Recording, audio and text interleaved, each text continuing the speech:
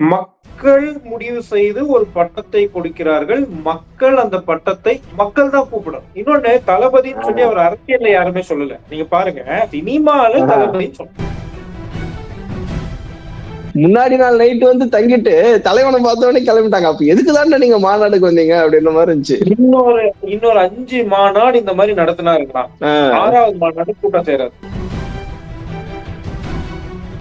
அப்பா கூப்பிடுறேன், அங்கிள்னு கூப்பிடுறேன், தாத்தான்னு கூப்பிடுறேன். நீங்க என்னமோ கூப்பிடுங்க. மக்களுக்கு என்ன சொல்ல வரீங்கன்னு சொல்லுங்கன்னா 2 பேரும் சொல்ல மாட்டேன்றாங்க. அதான பிரச்சனை. மதுரைன்ன உடனே எனக்கு எம்ஜிஆர் தான் ஞாபகம் வரும் அப்படின்னாரு. அதே மாதிரி எம்ஜிஆர் இல்லையா, டக்குன்னு விஜயகாந்த் எனக்கு ரொம்ப பிடிக்கும். என்னுடைய அண்ணன், அவருடைய பழக கிடைத்த வாய்ப்பு அப்படின்னாரு. நம்ம கொஸ்டின் என்னன்னா, ஒரு மனுஷன் ஒரு நாட்டோடைய பெருமையை உலக அரங்குல கொண்டு போயிட்டு இருக்கிறாரு. அந்த மனுஷனை பத்தி நீங்க விமர்சிக்கிறீங்கன்னா, உங்களை பத்தி ஒரு ஸ்கூல் போய் விமர்சிக்கிறதுல என்ன தப்பு இருக்கு? அவரு விக்கிரவாண்டியில நான் பேசுனதுக்கு அப்புறம் அரசியல் தட்பவெட்ப நிலையே மாறிடுச்சு அப்படின்னாரு. உண்மையிலே ஏதாவது மாறிச்சா? விக்கிரவாண்டியில அவர் என்ன பேசுறாரு? சிரிக்கிறீங்க. அன்பு டிஎன் டாக்ஸ் 24 நேயர்கள் அனைவருக்கும் வணக்கம்.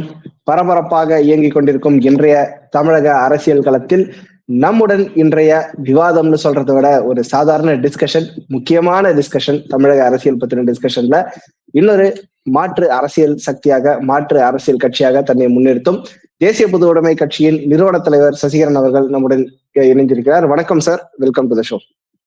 வணக்கம், நன்றி சார். இப்போ உங்களுக்கு ஒரு இன்ட்ரோ கொடுக்கும்போது தேசிய பொது உடைமை கட்சியின் நிறுவன தலைவர் சசிகரன் அப்படின்ட்டு நான் வந்து ஒரு அடைமொழியோட கூப்பிட்டேன். அந்த மாதிரி நீங்க எப்பயாவது பேசும்போது எப்பவுமே நான் வந்து தேசிய பொது உடைமை கட்சியின் நிறுவன தலைவர், தேசிய பொது உடைமை கட்சியின் நிறுவன தலைவர் அந்த மாதிரி நீங்களே அழிச்சு சொல்லிப்பீங்களா? என்னுடைய வாழ்க்கையில நான் எனக்கு கொடுத்து கொண்ட ஒரே அடையாளம் தேசியவாதி. நீங்க வந்து உங்களை பத்தி இன்ட்ரடியூஸ் பண்ணும்போது எல்லாரும் எனக்கு எப்படி கூப்பிடுவாங்கன்னா, சசின்னு கூப்பிடுவாங்க, சசிகரன் கூப்பிடுவாங்க, என்ன சார்னு கூப்பிடுவாங்க அப்படி சொல்லுவீங்க. இப்போ புது அரசியல் கட்சி தலைவர் ஒருத்தர் வந்திருக்காரு. அவர் வந்து எல்லாரும் என்ன தளபதி விஜய் தளபதின்னு கூப்பிடுறாங்க, நீங்க தேர்ந்தெடுக்க போற தளபதி யாரு அப்படின்ட்டு அவரே அடையாளப்படுத்தி கூப்பிட்டுக்கிறாரு. இது ஒரு உண்மையிலே ஒரு புரட்சிகரமான அரசியலா தெரியலையா உங்களுக்கு? அதாவதுங்க, உண்மையிலேயே புரட்சி தலைவர் என்னைக்கும் நான் புரட்சி தலைவருங்க. ஏன் கலைஞரே வந்து நான் தாங்க கலைஞர். 1000 விமர்சனம் நடந்தாலும் நம்ம எடுத்துப்போம். சொன்னது கிடையாது. மக்கள் முடிவு செய்து ஒரு பட்டத்தை கொடுக்கிறார்கள். மக்கள் அந்த பட்டத்தை மக்கள் தான் கூப்பிடணும். இன்னொன்னு தளபதின்னு சொல்லி அவர் அரசியல்ல யாருமே சொல்லல. நீங்க பாருங்க, சினிமால தளபதின்னு சொன்னாங்க. சினிமால நீங்க நல்லா நடிக்கிறீங்க. கருணாநிதி ஒவ்வொரு தடவையும் பேசும்போது முத்தமிழ் அறிஞர் கலைஞர், டாக்டர் கலைஞர் ஆகிய நான் அப்படின்னு ஒவ்வொரு தடவையும் பேசினா நம்மளுக்கு சிரிப்பு வந்திருக்காது? நிச்சயமா. அதாவது அவரு மறந்துடுறாரு. சினிமால தலைவர்னு ஒருத்தர் இருக்கிறாரு, ஃபர்ஸ்ட் புரட்சி தலைவர்னு ஒருத்தர் இருக்கிறாரு, அப்புறம் தலைவர்னு ஒருத்தர் இருக்கிறாரு. அதனால இவரை தளபதினு வச்சுட்டாங்க.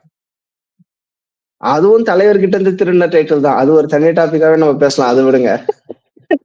சோ அது சினிமால நடிச்சதுக்கு மக்கள் வச்சது. அரசியல்லையும் நடிக்க இப்பதான் தொடங்கிருக்கீங்க.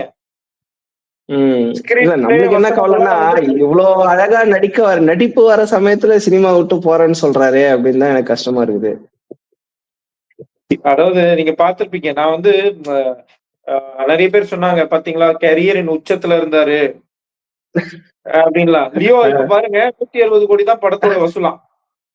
400 கோடி 500 கோடி 600 கோடி. நம்ம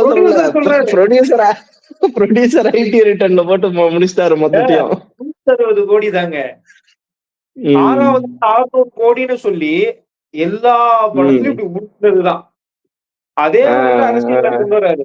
20 லட்சம் பேர், 50 லட்சம் பேர், 1 கோடி பேர் அப்படின்னு சொல்லுவாங்க மாநாட்டுல. ஹையஸ்ட் ஃபுட்ஃபால்ஸ் அப்படி போட்டலாமா? 2 லட்சம் சேர் வச்சிருந்தாங்க அப்படின்னு சொல்லப்படுறாங்க. அதுவும் சொல்றதா நமக்கு தெரியாது. 2 லட்சம் சேர் சொன்னாங்க. சரி, ஒரு 5 லட்சம் பேர் வச்சுக்கோங்க. கரெக்ட் தானே?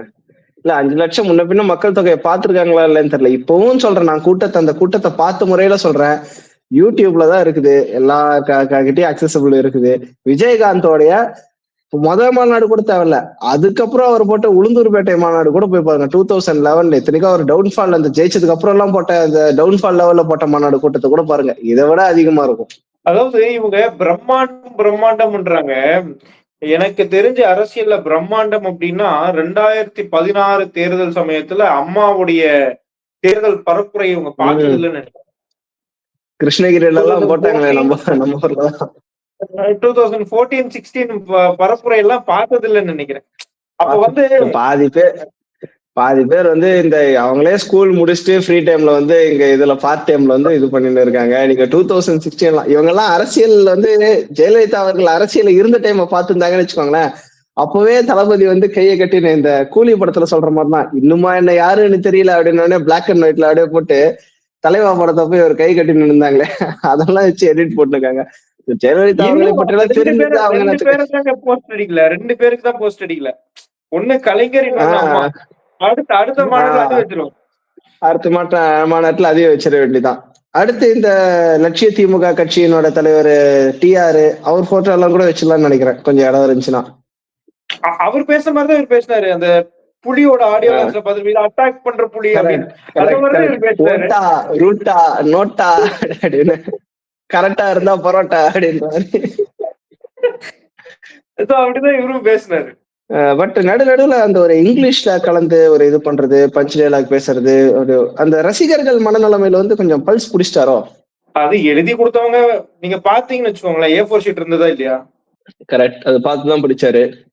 அது உட்காந்து பிராக்டிஸ் பண்ணிட்டு வந்திருக்காரு. அதுலயும் மறந்துரும் அப்படின்னு A4 ஷீட் வச்சிருக்கிறாரு. அதுலயும் பேசிட்டு இருந்தாரு. ஒரு கட்டத்துல என்ன மறந்துட்டாரு. அப்படியே நின்னு அப்படியே பார்த்தாரு. நீங்க கவனிச்சீங்கன்னா தெரியும். மொத்த ஸ்பீச் 33 நிமிஷம். நான் வந்து அரசியல் காலத்துல கிட்டத்தட்ட ஒரு 10 வருஷமா பயணிக்கிறேங்க. ஒரு சாதாரண ஒரு எளிய மகனா 10 வருஷமா பயணிக்கிறேன். பல பேருடைய உரை கேட்டுட்டேங்க. மாநாட்டுல ஒரு தலைவர் வந்து ஒரு 1 மணி நேரம் 1.5 மணி நேரம் பேசுறது கூட விட்டுருங்க. என்ன பேசுவாங்க? கட்சி எதுக்காக, நம்மளுடைய திட்டம் என்ன, நம்ம என்னென்ன பிரச்சனையை எதிர்க்கிறோம், ஆளுங்கட்சி எதிர்கட்சி அட்லீஸ்ட் திட்ட வேண்டியதானே, சும்மாவது திட்டத்துக்கா பஞ்சம் இன்னைக்கு நாட்டுல இருக்கிற பிரச்சனைக்கு. அதை விட்டுட்டு என்டர்டைன்மெண்ட் பண்ணிட்டு போயிருக்கிறாரு. என்டர்டைன்மெண்ட் கூட உருப்படியா நினைச்சா அப்படின்னு தெரியல. இப்போ ரஜினிகாந்த் அவர்களே எடுத்துப்போமே, ஒரு ஜெயிலர் படம் audio launch, Darbar audio launch, இந்த கூலி ஆடியோ லான்ச், அவரும் வந்து 45 நிமிஷம் 50 நிமிஷம் பேசாரு.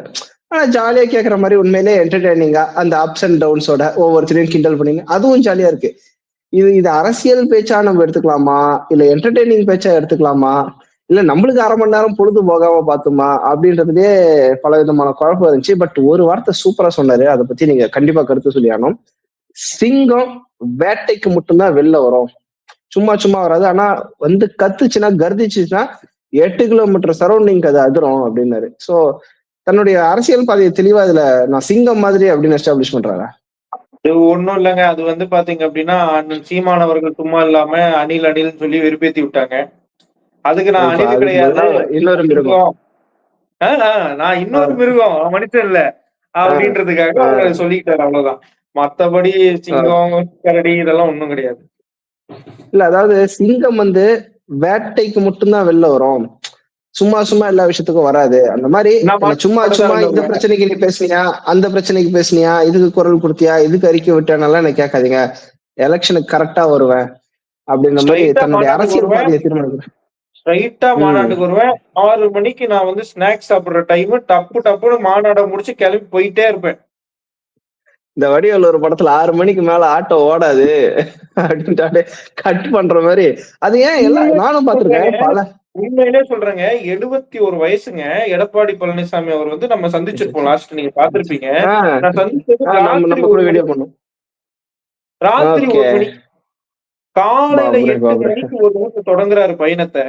அன்னைக்கு ராத்திரி 1 மணிக்கு பயணத்தை முடிச்சுட்டு வராரு. அதுக்கப்புறம் உங்களை சந்திக்கிறாரு. ஆமா, 71 வயசுல. இதுல வந்து மத்த ரஜினி ரசிகர்களாகட்டும் மத்தவங்களெல்லாம் சுகர் பேஷண்ட்னு கிண்டல் பண்ணுப்பாங்க இவங்க 6 மணிக்கு உள்ள போறவங்க. சரி, அதெல்லாம் விட்டுறலாம். எனக்கு என்னன்னா, நான் பார்த்திருக்கிறேன் பல பிரச்சாரம் பண்றதுக்குன்னு ஏதுவான டைம்ன்னு பார்த்தீங்கன்னு வச்சுக்கோங்களேன், இந்த 5 மணிக்கு தான் கூட்டத்தையே கூட்டுவாங்க. 4 மணிக்கு வருவாங்க. 5 மணிக்கு அப்படியே கூட்டம் கூட ஆரம்பிக்கும். 5 மணிக்கு அப்படியே பேச ஆரம்பிப்பாங்க. எழுச்சியுரையெல்லாம் நடத்திட்டு, ஒரு 8 மணி இல்லன்னா 9 மணி. ஏன்னா 10 மணிக்கு முடிக்கணும் அப்படின்ட்டு பிளான் வச்சுருவாங்க.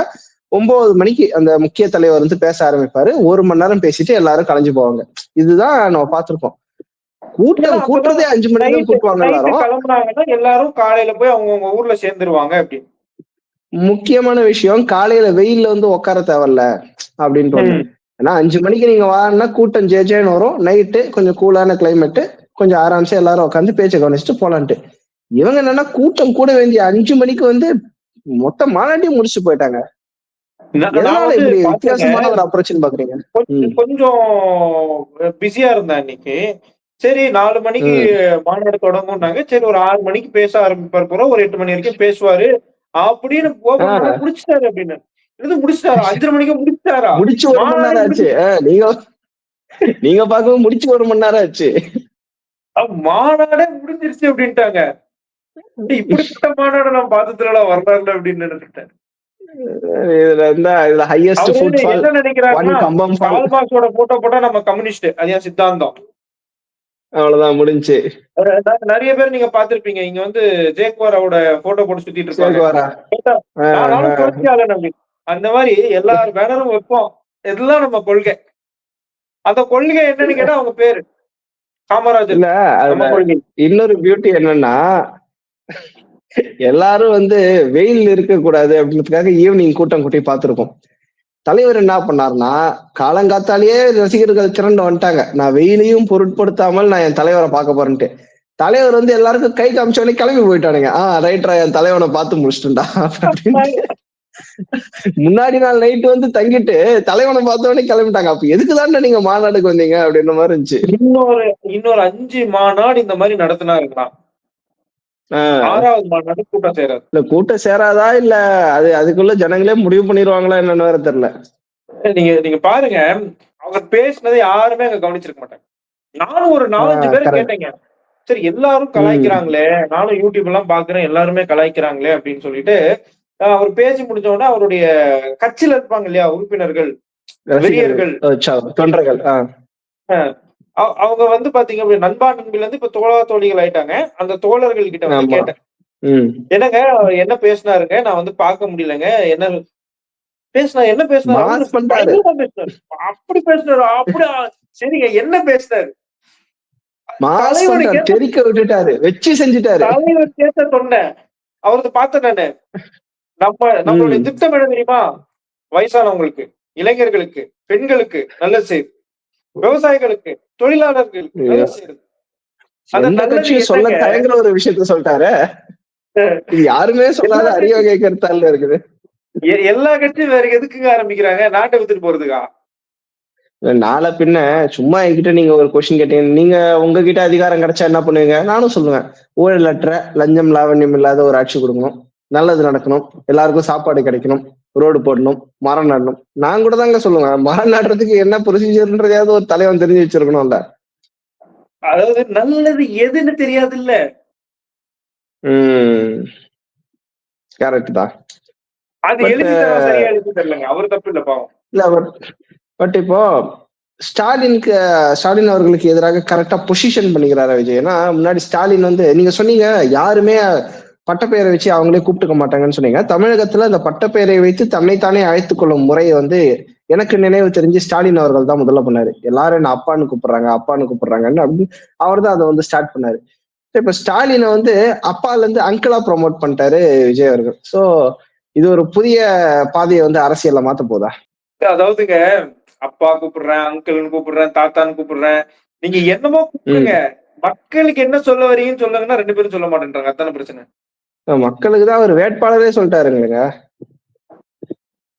நான் வந்து உங்களுக்கு உண்மையிலேயே சொல்றேங்க. இந்தியால பெரிய பெரிய தலைவர்கள் பேசுனதெல்லாம் பார்த்துட்டேங்க. எந்த தலைவரும் வந்து பாருங்க நான் நான் வந்தா இது செய்றேன், அது செய்றேன். இப்போ அண்ணன் சீமானே வந்து பார்த்தீங்கன்னா, நான் பிரபாகரனின் பிள்ளை. அப்ப அதோட நிறுத்திடுறாரு. ஆஹ் பல பேர் சொல்றேன். உம் ஏன்னா இவங்கெல்லாம் வந்து வெல்லக்கூடிய வாய்ப்புகள் இருக்கான்னா இல்ல. நம்ம வந்து ஓரளவுக்கு பில்டப் பண்ணி பேசலாம் அப்படின்னு பேசக்கூடியவர்கள் நிறைய பேர் இருக்காங்கன்னு வச்சுக்கோங்க. இன்று இப்ப ஸ்டாலினே அண்ணாதுரை 234 நம்ம ஜெயிக்கிறோம்னு சொல்றாங்கல்ல. அண்ணாதுரை, அடுத்து எம்ஜிஆர், அடுத்து நான் தான். பாரு. ஸ்ட்ரைட்டா நடுவுல இந்த கேரளால இருந்து இறங்குவேன், கோட்டைக்கு போயிருவேன். கருணாநிதி, ஜெயலலிதா அதெல்லாம் கொஞ்சம் சாய்ஸ்ல விட்டுலாம். அது அடுத்த அடுத்த மாநாட்டுல வச்சிடலாம். நீங்க அடுத்த பாருங்க, மாநாட்டுல வச்சுக்கலாம். இப்ப நம்ம எல்லாம் பேசிட்டோம்ல. காங்கிரஸ்ல இருந்து காமராஜர் தூக்கிட்டாரு. டிஎம்கேல இருந்து அண்ணாதுரையை தூக்கிட்டாரு. அண்ணாதுரை அது காமராஜரை தோற்கடிச்ச அண்ணாதுரை வந்து வரலாற்று சிறப்பு மிக்க வெற்றி. காமராஜரை அதாவது பெரியாரை வந்து ஃபர்ஸ்ட், அவர்தான் ஃபர்ஸ்ட். அது ஒண்ணு. அவரை எதிர்த்து நின்ன காமராஜர் அடுத்து. காமராஜர் அப்புறம் பெரியாரே கல்வி கழுவி ஊத்துன அண்ணாதுரை ஒண்ணு. அடுத்து அண்ணாதுரை அவர்களால் உருவாக்கப்பட்ட திமுகவை வீட்டுக்கு அனுப்பின ஏடிஎம்கே தலைவர், புரட்சி தலைவர் அடுத்து. நீங்க யாருக்குதான் ஆதரவா பேச வரீங்க?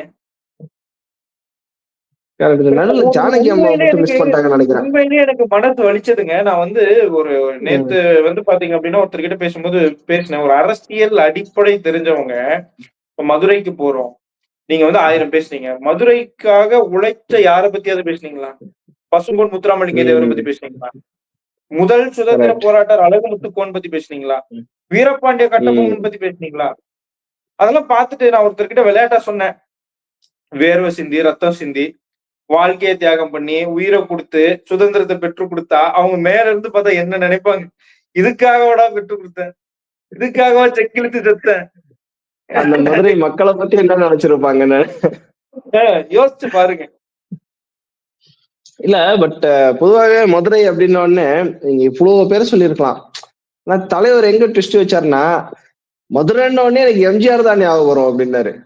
அதே மாதிரி எம்ஜிஆர் இல்லையா, டக்குன்னு விஜயகாந்த் எனக்கு ரொம்ப பிடிக்கும். என்னுடைய அண்ணன், அவருடைய பழக கிடைத்த வாய்ப்பு அப்படின்னாரு. நம்ம கொஸ்டின் என்னன்னா, விஜயகாந்த் அவர்கள் ஒரு கட்சி ஆரம்பிச்சாங்க. ஆரம்பிச்ச போது என்னுடைய அண்ணன் மாதிரி அவரோட பழகின எல்லாம் சொன்னாங்களே, அப்போ விஜய் ஏதாவது ஆதரவு கொடுத்தாரா? நம்மளுக்கு தெரியல. சரி, ஆதரவு கொடுக்கலன்னு வச்சுக்கோங்க. அரசியல் நிலைப்பாடு ஒவ்வொருத்தருக்கும் ஒவ்வொரு மாதிரி இருக்கும். அந்த அண்ணன் விஜயகாந்த் அவர்கள் உடம்பு முடியாம ஹாஸ்பிட்டல் இந்த கடைசி நாள்ல உதவி கூட தேவையில்ல, ஒரு மனித தன்மையோட பார்த்து நலமாவது விசாரிச்சாரா? அதுவும் கிடையாது. இன்னைக்கு அவர் இல்ல அப்படின்ன உடனே விஜயகாந்த் ரசிகர்களுக்கு எனக்கு தான் ஓட்டு போடணும் அப்படின்ற மாதிரி என்னுடைய அண்ணன் விஜயகாந்த் அப்படின்ட்டு அவர் யாரையாவது விட்டுருக்காங்களா? அவர் வந்து யாரையாவது விட்டுருக்காங்களான்னு பாருங்க. விஜயகாந்த் அவர்கள் உண்மையிலேயே நல்ல மனிதருங்க. நான் அவர் வந்து நல்ல அரசியல்வாதி, அரசியல் தலைவர்னு சொல்லல, நல்ல மனிதர். அவர் இருக்கும்போது இவரெல்லாம் யாரும் போல. அப்ப அண்ணனா தெரியல, இன்னைக்கு அண்ணனா தெரியுறாங்க. சரி, இவங்களெல்லாம் பேசிட்டோம். கம்யூனிஸ்ட் பத்தி ஏதாவது பேசணுமே. நல்ல கண்ணாயா பத்தி பேசிட்டாரு. யாரையாவது விட்டு வச்சிருக்கீங்களா? 2 பேரை விட்டுட்டாங்கன்னு நினைக்கிறேன். முக்கிய அரசியல் ஒண்ணு ஜானகி அம்மா விட்டாரு, இன்னொரு ஓ பன்னீர்செல்வத்தை விட்டுட்டாரு. இந்த முதலமைச்சரா இருந்து தமிழக அரசியல்ல ஒரு இம்பார்ட்டன்ட் ஃபேஸா இருந்த இந்த 2 பேரை மட்டும் மிஸ் பண்ணிருக்காரு. இந்த வீடியோ தளபதிக்கு வந்து அவரே விஜய் தளபதி விஜய் அவர்கிட்ட போய் ரீச் ஆயிடுச்சுன்னா அடுத்த மாநாட்டில் வந்து தயவு செய்து பன்னீர்செல்வத்தை பற்றியும் ஜானகி அம்மாவை பற்றியும் பேசணும் அப்படின்றது நம்ம ஒரு வேண்டுகோளாக வச்சிடலாம். பட் இன்னொரு கொஸ்டின் வந்து நான் கேட்கணும்னு நினைச்சேன். உண்மையிலே வந்து பாத்தீங்கன்னா, அவரு விக்கிரவாண்டியில நான் பேசுனதுக்கு அப்புறம் அரசியல் தட்பவெட்ப நிலையே மாறிடுச்சு அப்படின்னாரு. உண்மையிலே ஏதாவது மாறிச்சா? விக்கிரவாண்டியில அவர் என்ன பேசினாரு? சிரிக்கிறீங்க. அவர் விக்கிரவாண்டியில சூப்பரா பேசினாரு. அதான் என்ன பேசினாரு?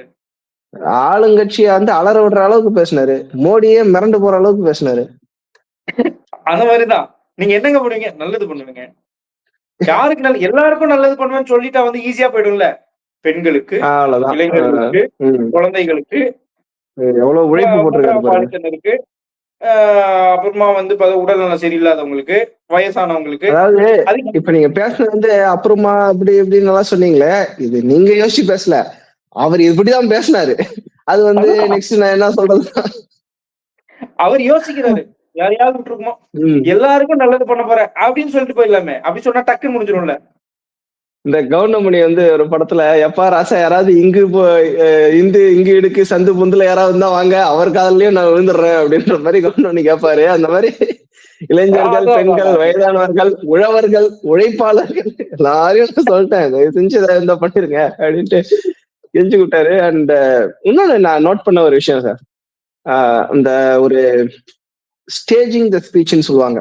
ஒரு பேச்ச இல்ல ஒரு மூவில கூட எடுத்துக்கிட்டீங்கன்னா ஒரு சீனை வந்து கரெக்டா ஒரு பீக் லெவல்ல ஸ்டேஜ் பண்ணிட்டு அந்த இடத்துல நீங்க ஒரு ரிலீஸ் பண்ணீங்கன்னா ஒரு பிஜிஎம் போட்டு ஏதோ பண்ணீங்கன்னா ஆடியன்ஸ்க்கு அப்படி கனெக்ட் ஆகும். விஜய் ஒரு இடத்துல அந்த மாதிரி பண்ணாரு. ஆப்வியஸ்லி சினிமா நடிகர்ன்றதால அந்த பேச்சு ரொம்ப நல்லா இருந்துச்சு. நான் வந்து சர்ப்ரைஸ் கொடுக்குற எல்லாருக்கும் வேட்பாளர் மதுரை தொகுதியோட வேட்பாளர் மதுரை மேற்கு விஜய் அப்படின்னாரு. எல்லாரும் அப்படியே ஒரு செகண்ட் மிரண்டு போயிட்டாங்க. நான் ஃபர்ஸ்ட் டைம் பார்க்கும்போது ஒரு செகண்ட் ஷாக் ஆயிட்டேன். ஓ என்னடா வேட்பாளர் நான் மதுரையில தான் போட்டி போடுறேன்னு சொல்லிட்டாரு போல அப்படின்ட்டு.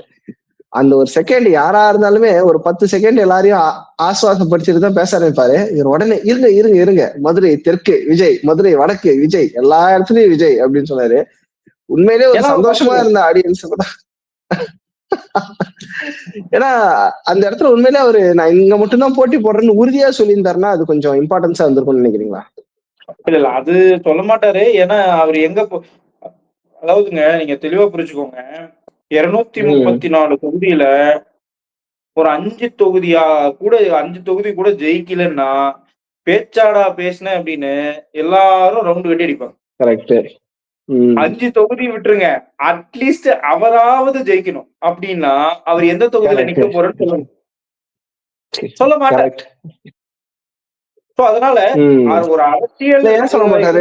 சொன்னா அதானே கெத்து. தளபதி சர்க்கார் அப்படின்னு எல்லாம் சொன்னாரு. அந்த மாதிரி அந்த படத்துல வந்து பாத்தீங்கன்னா முக்கியமான நம்பர் 2 பொசிஷன்ல இருக்க சிஎம்க்கு அகேன்ஸ்டா நிப்பாருன்னு நினைக்கிறேன். If I am not wrong.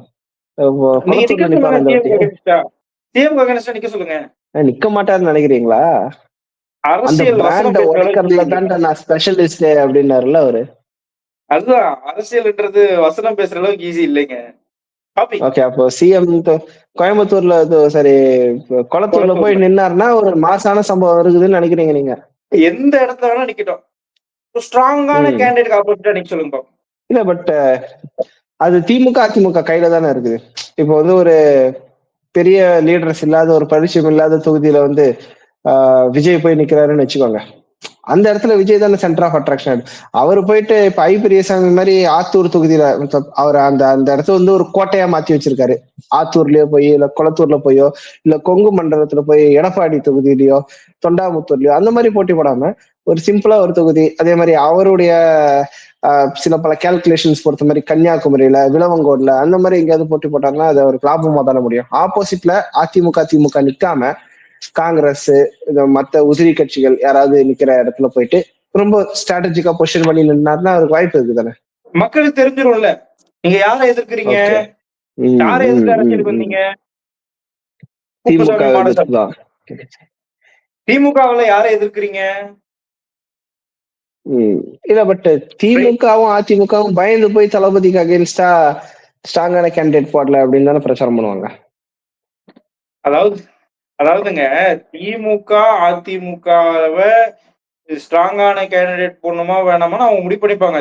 அவங்கள பொறுத்த வரைக்கும் யாரை போடணும்னு அவங்களுக்கு தெரியும். நான் என்ன சொல்றேன், நீங்க வந்து பிஜேபியில ஒருத்தரை பேசுறீங்கன்னா ஸ்ட்ரெயிட்டா மாண்புமிகு பிரதமர் நரேந்திர மோடி அவர்களை பத்தி பேசுறீங்க.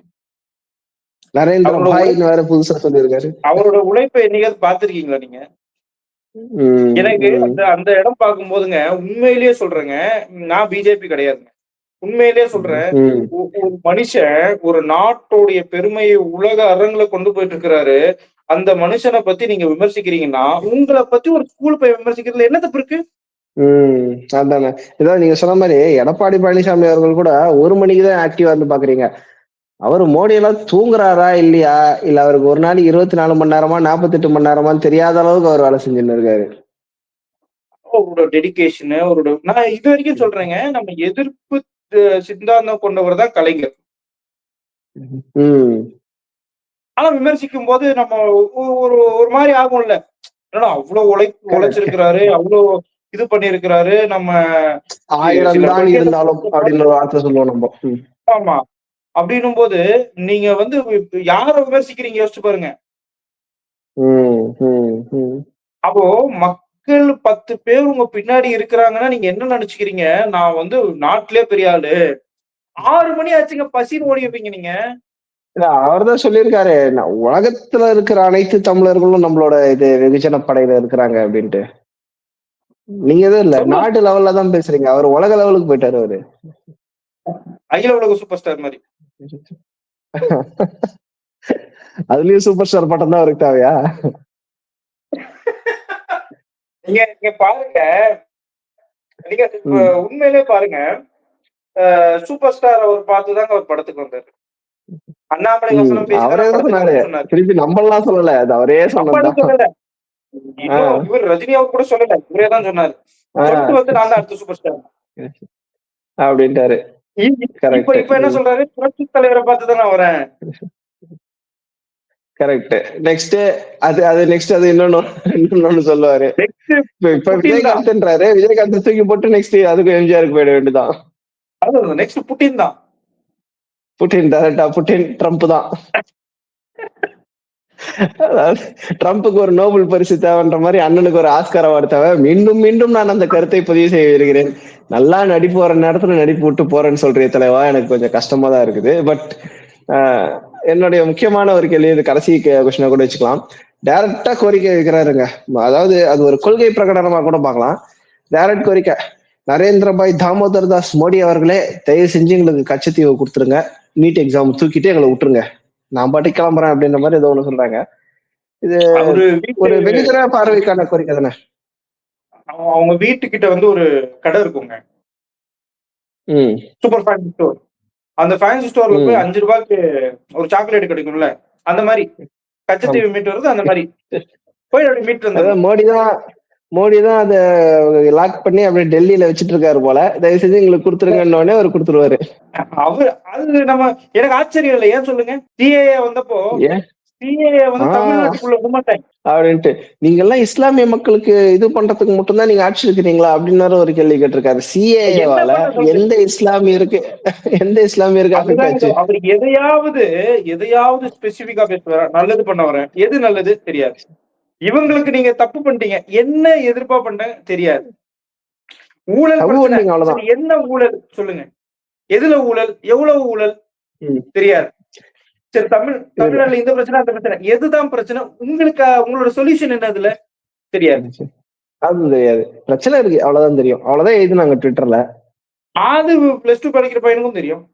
நீங்க பாருங்க, நீங்க ஒரு விஜய் அந்த ஃபேன்ஸ் அந்த 2 லட்சம் 3 லட்சம் பேரு அதெல்லாம் விட்டுட்டு அந்த ஸ்பீச்ச ஒரு சாதாரண மனுஷன் பேசியிருந்தா எப்படி பார்த்திருப்பீங்க?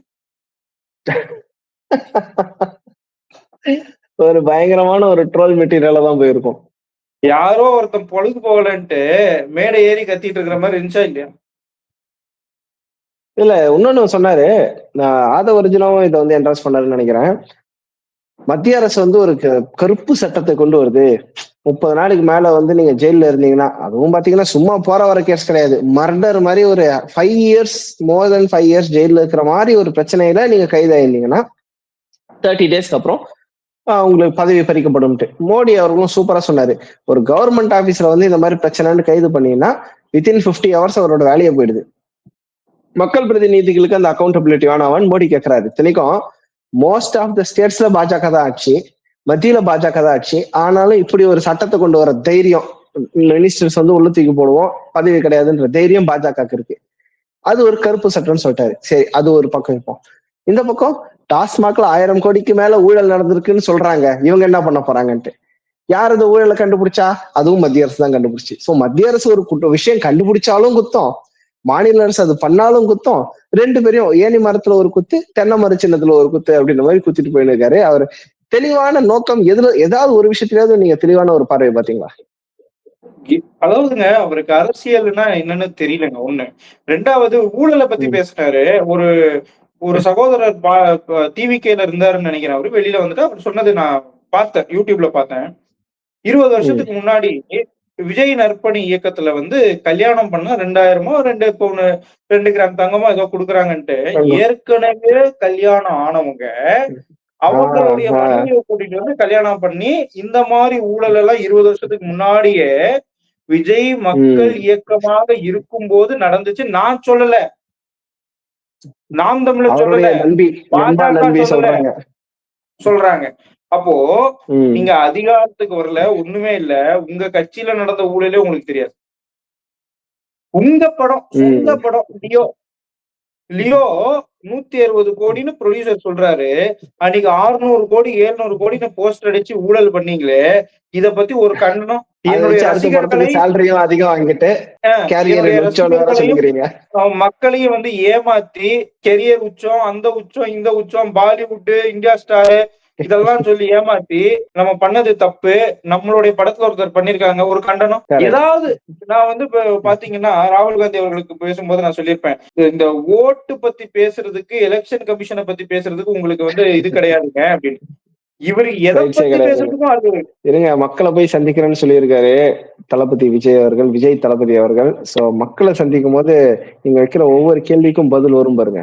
அவருக்கு அதாவது கமல்ஹாசன் அவர் வந்து ஒரு வசூல் ராஜா சொல்லியிருப்பாரு ஒரு டைலாக், பதில் தெரியலன்னா கூட ஏதோ ஒண்ணு பண்ணலாம், எனக்கு கேள்வியே தெரியாதுண்ணா அப்படின்னு. அந்த மாதிரி அதான் இப்ப வந்து ஒவ்வொரு மாநாடு முடிஞ்ச உடனே நீங்க கேள்வி எல்லாம் கேக்குறீங்க பாருங்க, அதெல்லாம் அப்படியே ப்ரிப்பேர் பண்ணிட்டு வச்சுட்டு அடுத்த மாநாட்டு அது பதில் சொல்ல போறாரு. சொல்லலையே. அவரை அதுவும் பத்தி சொல்லலையா? முதல் விமர்சனம் என்னங்க, உங்க கொள்கை என்ன? அதான் நாங்க அஞ்சு கொள்கை தலைவர் வச்சிருக்கோம். இது எப்படி இருக்குன்னா அதுக்குதான் நான் சொன்னேன், ஒரு ஸ்கூல்ல படிக்கிற பையன் பின்னாடி கால் மார்க்ஸ போட்டிருப்பான், டிஷர்ட்ல சேக் வர கூட, அவனுக்கு சேக் வேற யாருன்னு தெரியாது. கரெக்ட். சேகுவார ஏதோ கும்முடி பூண்டியில இருக்கிறவரு, கோயம்புத்தூர்ல இருக்கிறவருன்னு நினைச்சுட்டு இருப்பானுங்க.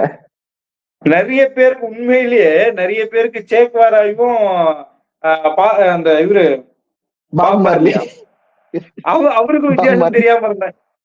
அவருக்கும் வித்தியாசம் தெரியாம இருக்கிற பல பேர் நான் பார்த்திருக்கேன். Correct correct correct. Pop Marley photo போட்டு சேகுவார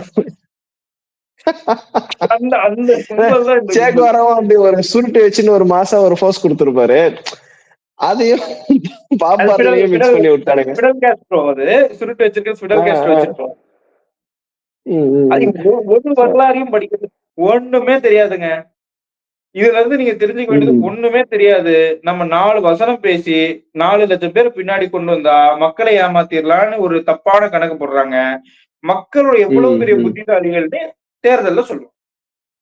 ரொம்ப தேங்க்ஸ் சார், ரொம்ப தேங்க்ஸ். ஆக்சுவலா நீங்க பேசுனது வந்து எனக்கு சுத்தமா டைம் போனது தெரியல. ஏன்னா அவ்வளவு ஒரு கனெக்டிவிட்டியான ஒரு ஸ்பீச்சா இருந்துச்சு, ஃபன்னான ஸ்பீச்சா இருந்துச்சு. இத்தனைக்கும் நம்ம வந்து எந்த இடத்துலயும் ஆவேசமா வந்து விமர்சிக்கவே இல்லை. அவர் என்ன பேசினாருன்றத நம்ம ரெப்ளிகேட் பண்ணோம், அவ்வளவுதான். அதுக்கே நம்மளுக்கு வந்து சிரிப்பு வருது. உண்மையிலே அவர் வந்து எப்படி சிரிப்பு அடக்கி கொண்டு அப்படி பேசினாருன்னு தெரியல. இன்ஃபேக்ட் ஒன்னும் நம்ம விமர்சனம் வைக்க ஆரம்பிச்சிருந்தா எந்த அளவுக்கு அது காட்டமா போயிருக்கும் அப்படின்றதே தெரியல. நான் பல விதமான கேள்விகள், பல விதமான பதிலளிக்காத விஷயங்கள், பல விதமான மோசமான பதில்களும் நம்ம வந்து அவரோட ஸ்பீச்ல வந்து பார்த்திருக்கோம். ஜஸ்ட் அவர் பேசுனது என்ன அப்படின்னு சொல்லி காமிக்கும் போதே நம்மளுக்கு இவ்வளவு ஒரு ஃபன்னா இருக்குது. பட் இதே அரசியல் கொள்கையாக கொண்டு வந்து அவர் களத்தில் இருக்கும்போது அது எவ்வளவு ஆபத்தான அரசியலாக போகும் அப்படின்றதும் நம்முடைய மக்கள் நிச்சயமாக சிந்திக்க வேண்டும். It was a opening shots. நம்மளும் விஜய் மாதிரி நடுவில் ஒரு இங்கிலீஷ் வார்த்தையை சேர்த்துக்கலாம் அப்படின்னு நினைக்கிறேன். இட்ஸ் ஐ ஓப்பனிங் இன்டர்வியூ அப்படின்னு தான் சொல்லணும். ரொம்ப யூஸ்ஃபுல்லாக இருந்துச்சு. அண்ட் நிச்சயமாக நேயர்களுக்கும் நம்ம சொல்ல வரதோட கருத்து புரியும் அப்படின்னு நினைக்கிறேன். அண்ட் இனிவரும் காலங்களில் தேசிய பொது உடைமை கட்சியின் வளர்ச்சிக்கும் அதனுடைய பாதைக்கும் வாழ்த்துக்களை தெரிவித்துக் கொண்டு மீண்டும் இன்னொரு வீடியோவில் சந்திப்போம். நன்றி சார். நன்றி.